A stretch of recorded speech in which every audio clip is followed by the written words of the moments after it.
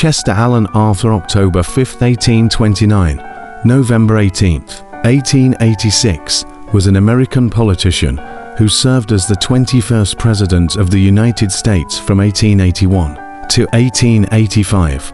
He was a Republican lawyer from New York who briefly served as the 20th Vice President under President James A. Garfield.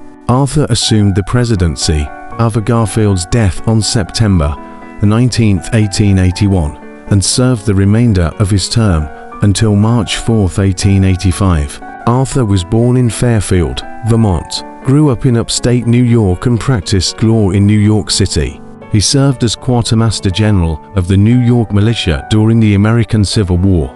Following the war, he devoted more time to New York Republican politics and quickly rose in Senator Roscoe Conkling's political organization. President Ulysses S. Grant appointed him as Collector of the Port of New York in 1871, and he was an important supporter of Conkling and the stalwart faction of the Republican Party. In 1878, following bitter disputes between Conkling and President Rutherford B. Hayes over control of patronage in New York, Hayes fired Arthur as part of a plan to reform the federal patronage system. In June 1880, the extended contest between Grant, identified with the Stalwarts, and James G. Blaine, the candidate of the half-breed faction, led to the compromise selection of Ohio's Garfield for president.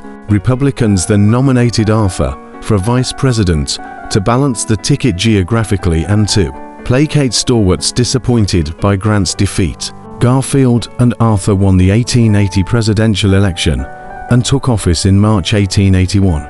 4 months into his term, Garfield was shot by an assassin.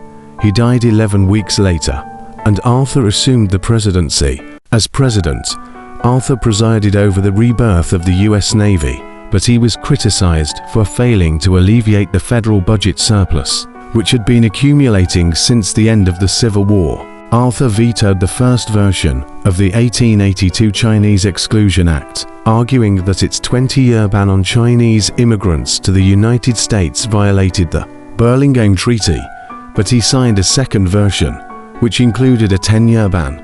He appointed Horace Gray and Samuel Blatchford to the Supreme Court. He also enforced the Immigration Act of 1882 to impose more restrictions on immigrants, and the Tariff of 1883 to attempt to reduce tariffs. Arthur signed into law the Pendleton Civil Service Reform Act of 1883, which came as a surprise to reformers, who held a negative reputation of Arthur as a stalwart and product of Conkling's organization. Suffering from poor health, Arthur made only a limited effort to secure the Republican Party's nomination in 1884, and he retired at the end of his term. Arthur's failing health and political temperament combined to make his administration less active than a modern presidency, yet he earned praise among contemporaries for his solid performance in office.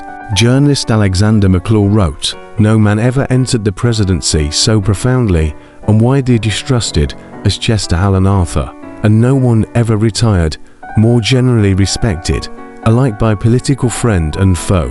The New York World summed up Arthur's presidency at his death in 1886. No duty was neglected in his administration, and no adventurous project alarmed the nation.